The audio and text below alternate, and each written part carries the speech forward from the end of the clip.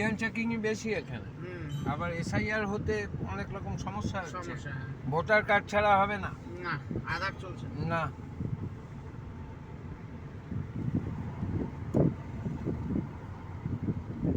এই বাগানটা দেখে রাখো বাদিকে। এটা কার?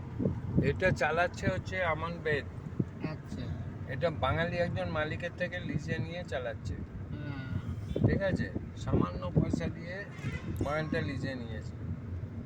মালিকের দুটো এখানে আমার মেশিন আছে, আর মালিকের